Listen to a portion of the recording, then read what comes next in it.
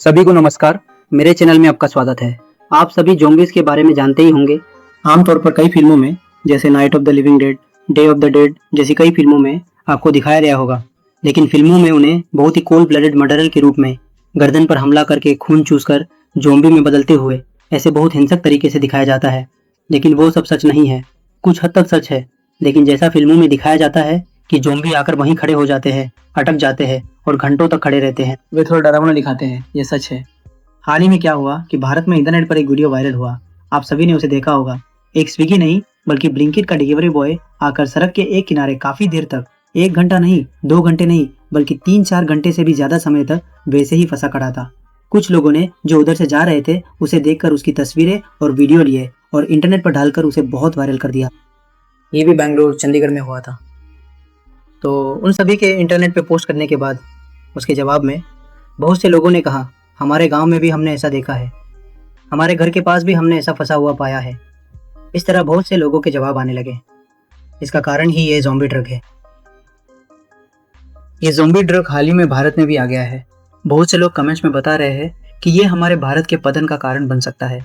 मैंने भी उन सभी वीडियो और कमेंट्स को देखने के बाद सोशल अवेयरनेस के लिए ये वीडियो बना रहा हूँ। इस वीडियो में हम जानेंगे कि ये ज़ॉम्बी ड्रग क्या है, सबसे पहले इसकी शुरुआत कहाँ हुई, इसके क्या दुष्प्रभाव हैं, यह इंसान को किस तरह से अंदर से खोखला करके बर्बाद कर देता है, वर्तमान में यह ड्रग कहाँ कहाँ फैला है, युवाओं को यह किस तरह प्रभावित करता है, कितने युवा प्रभावित हुए हैं, क्या यह सब सच है और ये ड्रग कितनी खतरनाक है, ये छोटे बच्चों और छात्रों को किस तरह अपने गिरफ्त में लेकर उनके जीवन और भविष्य को बर्बाद करती है, यह मैं आपको पूरी तरह समझाऊंगा। विषय में जाने से पहले यदि आपने अभी तक हमारे चैनल को सब्सक्राइब नहीं किया है तो कृपया सब्सक्राइब कर ले, तभी आप हमारे चैनल के माध्यम से दुनिया में होने वाली हर महत्वपूर्ण बात जान पाएंगे। साथ ही इस वीडियो को लाइक करके हर किसी के साथ शेयर करके आप भी सोशल अवेयरनेस का हिस्सा बने, ये मेरी गुजारिश है। अगर हमें इस ज़ॉम्बी ड्रग के बारे में जानना है तो हमें बहुत साल पीछे जाना होगा।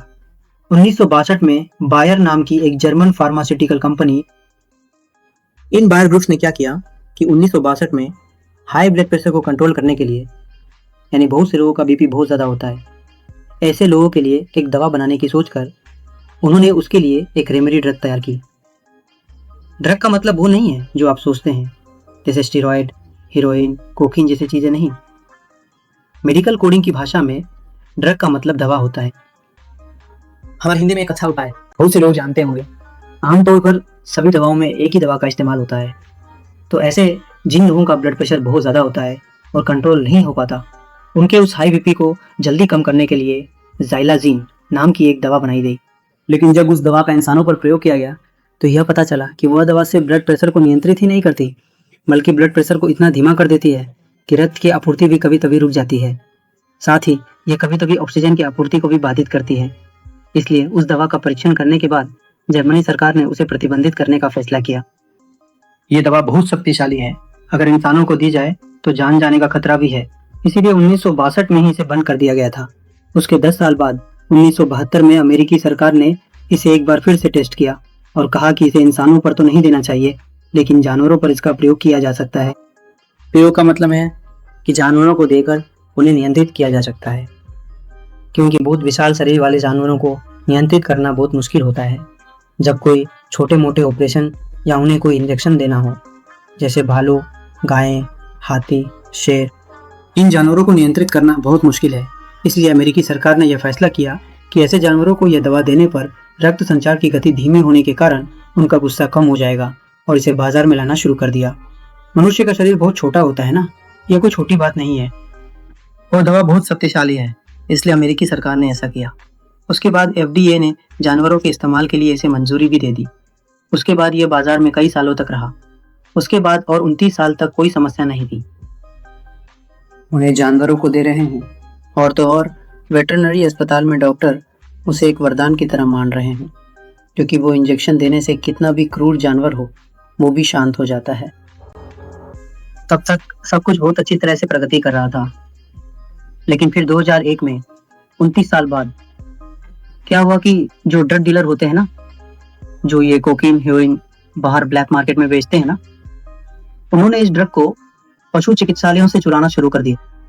चूंकि यह ड्रग अत्यंत शक्तिशाली और प्रभावशाली है, यदि इसे बहुत कम मात्रा में भी साधारण और घटिया किस्म के ड्रग्स के साथ मिलाकर इस्तेमाल किया जाए तो यह कहीं अधिक तीव्र नशा प्रदान करेगा और इसके परिणाम स्वरूप बाजार में इसकी मांग भी बेतहाशा बढ़ जाएगी। यही मुख्य कारण है कि उन्होंने इसे उन ड्रग्स में मिलाना शुरू कर दिया है। कोकेन, हेरोइन जैसे अवैध पदार्थों में मिलाने की वजह से और उन्हें अपने नियमित खर्च से बहुत कम कीमत पर अपना काम निकल जाने के कारण वे सब अस्पताल से और भी जोर शोर से चोरी करने लगे। आमतौर पर हीरोइन, कोकेन जैसी चीज़ें बहुत महंगी होती है, ये तो सबको पता ही होगा, क्योंकि हमारे भारत में हीरोइन कोकेन का इस्तेमाल करने वालों की संख्या बहुत कम है। इतना ही नहीं, मुझे भी इसका कोई अंदाज़ा नहीं है, लेकिन यह ज़ाइलाजिन तो बहुत सस्ती मिलने वाली चीज़ है ना। इसे पशु चिकित्सालयों से चुराया गया है, तो इसे एक अनियमित पदार्थ के रूप में देने से उनका निवेश कम हो जाता है, लेकिन आने वाली आय बहुत ज़्यादा बढ़ जाती है। ये ज़ाइलाजिन जानवरों को ही बेहोश कर देता है, तो इंसानों को क्या होगा, एक बार आप खुद ही सोच लीजिए।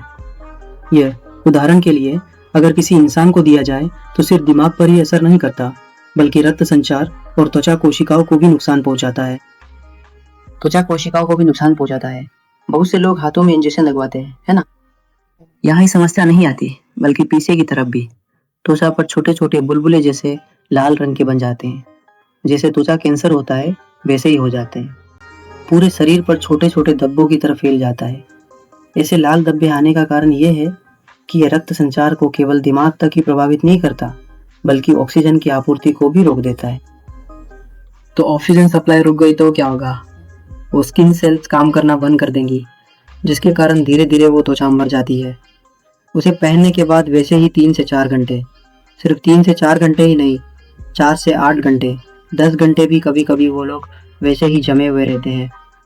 मतलब वो एक दुविधा में रह जाते हैं। उनके लिए वही एक दुनिया बन जाती है। आसपास क्या हो रहा है इसकी परवाह किए बिना वे ऐसे ही सिर झुकाए रहते हैं। यह अमेरिका में बहुत बुरी तरह प्रभावित हुआ। अमेरिका के पेंसिल्वेनिया राज्य के फिलाडेल्फिया में, कैलिफोर्निया के सैन फ्रांसिस्को, लॉस एंजलिस में यह बहुत तेजी से फैला। इनके अलावा बाल्टीमोर, वर्जीनिया, न्यू मैक्सिको जैसे कई अन्य क्षेत्रों में भी ये तेजी से फैलना शुरू हो गया। हाल ही में यह भी सामने आया है कि यह सेंट्रल अमेरिका में भी फैल गया है। ग्राउंड रिपोर्ट्स बता रही है कि अमेरिका के कुल 50 राज्यों में से 39 राज्यों में इसका प्रभाव बहुत तेजी से फैल गया है। यह बहुत भयानक नशा देता है, जिसके कारण वहाँ की यूनिवर्सिटीज़ में पढ़ने वाले बहुत से युवा इसके आदी होने लगे हैं, ऐसा बताया जा रहा है। इसकी वजह से उनकी ज़िंदगी बर्बाद होना शुरू हो गई। इस ड्रग का इस्तेमाल करने वालों को देखते ही समझ आ जाता है कि ये लोग इस ड्रग का इस्तेमाल करते रहते हैं, क्योंकि उनके शरीर पर जगह जगह चोट लगने जैसे खरोच के निशान बने होते हैं। कई लोगों के वे वैसे ही फंसे रहते हैं, किसी और दुनिया में रहते हैं, वे अपनी ही दुनिया में रहते हैं। इसे फैलने से रोका नहीं गया, जिसके बाद ही अमेरिका में एक भयानक संकट बन गया। 2001 में पहली बार प्यूर्टो रिको नामक एक द्वीप में ड्रग माफिया ने इसे अपने कब्जे में ले लिया, जबकि सरकार ने पहले इस पर नियंत्रण किया था। प्यूर्टो रिको एक द्वीप है, श्रीलंका जैसा एक छोटा द्वीप। वैसे भी अमेरिका में ड्रग कल्चर हमारे भारत की तुलना में बहुत ज़्यादा है। इस ड्रग के नशे की वजह से वहाँ के युवा बहुत जल्दी इसके आदी होने लगे। अमेरिकी सरकार ने भी इसे बहुत गंभीरता से लिया है। यह अमेरिका में इतनी बड़ी समस्या बन गई है कि ट्रंप ने भी पिछले चुनाव अभियान के दौरान अपने घोषणा पत्र में इस ड्रग पर प्रतिबंध लगाने का जिक्र किया था। यानी आप खुद सोचिए कि यह कितना युवाओं के भविष्य को बर्बाद कर रहा है। यूएस में एक राष्ट्रीय मुद्दा बन गया है। फिलाडेल्फिया यूएस के शीर्ष 5 शहरों में से एक शहर है। 1 करोड़ 20 लाख से ज़्यादा लोग उस शहर में रहते हैं। ये शहर भारत के हैदराबाद और स्पेन के मैड्रिड शहरों की तुलना में बहुत बड़ा शहर है। इस फिलाडेल्फिया में केंसिंगटन नाम का एक इलाका है। जैसे मैक्सिको में जुपांग, हैदराबाद में अमीरपेट की तरह वैसा ही एक इलाका है इस फिलाडेल्फिया में। अगर आपने उस इलाके में गौर किया हो तो वहाँ बहुत से लोग सड़कों पर ही अपना ठिकाना बनाकर वहीं पड़े हुए शाम होने के बाद इधर उधर अजीब तरह से घूमते हुए आपको जरूर दिखे होंगे। वे सिर्फ घूमते ही नहीं हैं, बल्कि सड़कों पर ही ड्रग्स का इस्तेमाल करके फेंकी हुई सिरिंजें, डिब्बे, फटे हुए कैन, सब कुछ आप वहाँ देख सकते हैं। वे तो हमेशा ही अपना सिर नीचे झुकाए हुए और अपने दोनों हाथों को इस तरह से मोड़कर इधर उधर घूमते ही रहते हैं। क्या आपको लगता है कि इसके आदी होने वाले कोई साधारण व्यक्ति या उनके परिवार होते हैं?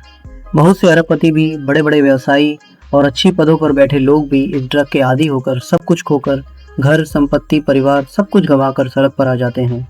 वे इस हद तक पहुंच जाते हैं कि हमें कुछ नहीं चाहिए, बस ये ड्रग मिल जाए, ऐसा सोचने लगते हैं और सड़कों पर इधर उधर ठिकाना बनाकर सोते रहते हैं, ऐसा कहा जाता है। वो ड्रग उन्हें उस एहसास की चाहत पैदा करवाता है, ऐसा कहा जाता है। इस तरह कुछ दिनों बाद यूएस सरकार ने, जिसने इस सब पर गंभीरता से ध्यान दिया, उन ड्रग एडिक्ट व्यक्तियों पर बहुत गहराई से नजर रखना शुरू कर दिया। ये कितना अधिक भयानक है, आप स्वयं ही जरा सोच कर देखिए कि ऐसी बातें कितनी भयावह हो सकती हैं। केवल वर्ष 2018 में ही इस ड्रग के सेवन के कारण 99 लोगों ने कुछ ही महीनों के भीतर अपनी जान गंवा दी और उसके बाद वर्ष 2021 आते आते ये दुखद आंकड़ा बढ़कर 3047 तक पहुंच गया। ये इतना फैल गया है कि साल में 35 बार हो चुका है। अमेरिका में जैसे 99 को 35 से गुणा करने पर जो संख्या आती है, उसी तरह साल में 39 गुना लोग उसका इस्तेमाल कर रहे हैं और यह संख्या बढ़ती ही जा रही है। 2023 तक यह संख्या बढ़कर 6096 हो गई। कहा जा रहा है कि रिकॉर्ड स्तर पर लोग इसके आदी हो रहे हैं। अमेरिकी सरकार ने ड्रग एडिक्ट्स को रोकने, उन्हें नशा मुक्ति की दवाएं देकर सभी को बचाने और सही रास्ते पर लाने की कोशिश की, लेकिन अंदरूनी रिपोर्टें बता रही है कि यह असंभव है। कितना भी प्रतिबंध लगाने की कोशिश की जा रही हो, कितनी भी धरपकड़ हो रही हो, अमेरिका में इसका इस्तेमाल दिन ब दिन बढ़ता ही जा रहा है। अब रिकवरी होना असंभव है, ये कहना पड़ेगा, क्योंकि जो लोग इस ड्रग का नियमित रूप से सेवन करते हैं, अगर वे इसे अचानक छोड़ देते हैं तो साइड इफेक्ट्स और बढ़ जाते हैं। पूरे शरीर का सुन्न पड़ जाना, बहुत ज़्यादा उल्टी होना, कोमा में चले जाना, ऐसी समस्याएं और बढ़ जाती है अगर इस दवा को अचानक बंद कर दे तो। बहुत ज़्यादा चिंता बढ़ जाती है, अगर उन्हें कुछ चाहिए तो उन्हें वही चाहिए, ऐसी एक जिद बनी रहती है, मुझे यह दे दो, और गहरे मतिभ्रम में चले जाते हैं। उस ड्रग को छोड़ने की कोशिश करने वाले कुछ लोगों का इंटरव्यू लेने वालों ने कहा कि इस ड्रग को छोड़ने से बेहतर है मर जाना। इस ड्रग को छोड़ने के बाद होने वाला शारीरिक दर्द बहुत ज़्यादा है, हम इसे बर्दाश्त नहीं कर सकते। इस ड्रग को छोड़ने की कोशिश करने पर शरीर को बहुत मुश्किल होती है। वे बयान दे रहे हैं कि हमें छोड़ दो या हमें मार डालो, नहीं तो हमें यह ड्रग ऐसे ही देकर जीने दो। अगर वे इसे छोड़ दें तो शरीर में आंतरिक रूप से उन्हें शारीरिक नरक जैसी स्थिति से गुजरना पड़ता है। क्या इन ड्रग एडिक्ट्स और इस तरह की ड्रग्स के लिए कोई समाधान या रिकवरी नहीं है? उसके लिए अमेरिका में नलोक्सिन नाम की एक दवा है। इसे देने से दिमाग पर होने वाले असर को कम किया जा सकता है। ये बाकी सभी दवाओं के लिए उपयोगी है। ये हर उस दवा के लिए काम करता है जो सभी प्रकार के दिमागी असर पैदा करती है, ज़ाइलाज़ीन को छोड़कर, क्योंकि ज़ाइलाज़ीन सिर्फ दिमाग पर असर नहीं डालता, बल्कि ये रक्त संचार को भी रोक देता है और ऑक्सीजन सप्लाई को रोक देती है। शरीर में लाल चकत्ते आ जाते हैं। क्या इसे ये नालोक्सोन कंट्रोल नहीं कर पाता, रोक नहीं पाता? अगर इस ज़ाइलाज़ीन का इस्तेमाल ऐसे ही जारी रहा तो कुछ ही दिनों में भविष्य में ज़ॉम्बीज आपस में बात करेंगे कि एक समय में इंसान भी हुआ करते थे। कहा जा रहा है कि रिकॉर्ड स्तर पर लोग इसके आदी हो रहे हैं।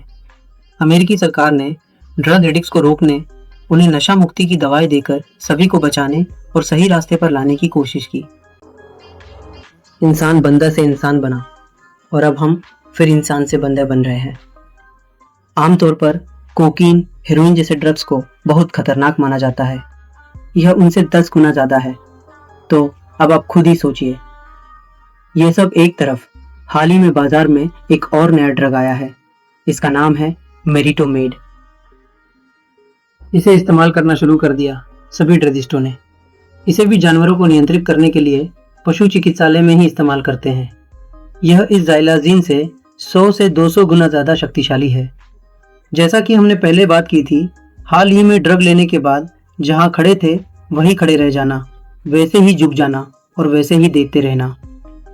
अभी हमने बात की थी ना, ये सब इस मेडिटोमेड का इस्तेमाल करने से ही होने वाले प्रभाव हैं।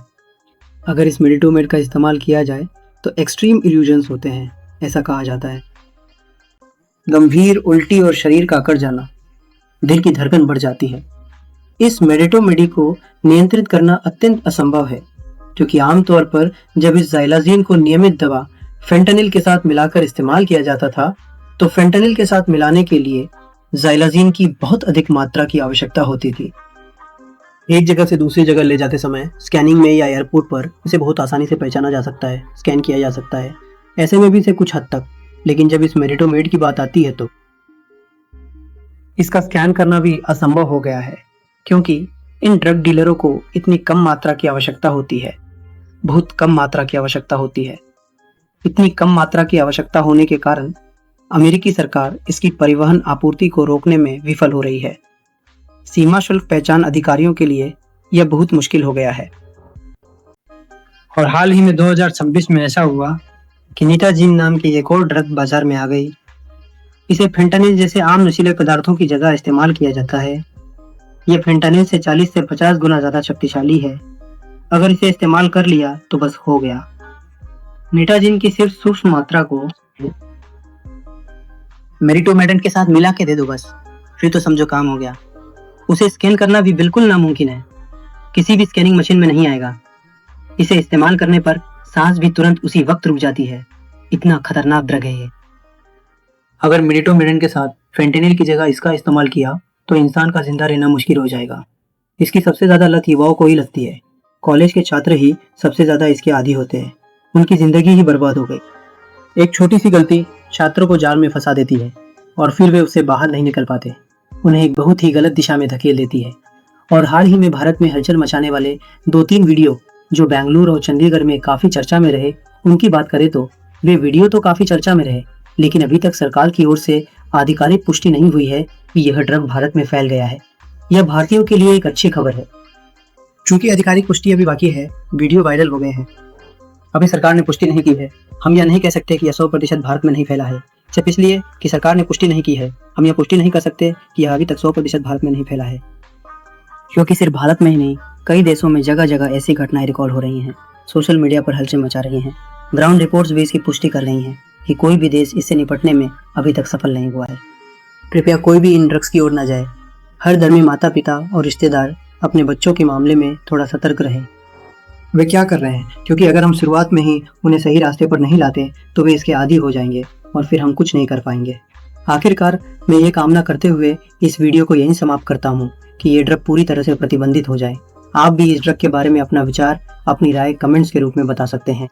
अभी तक जिसने भी हमारे चैनल को सब्सक्राइब नहीं किया है वो तुरंत सब्सक्राइब कर ले।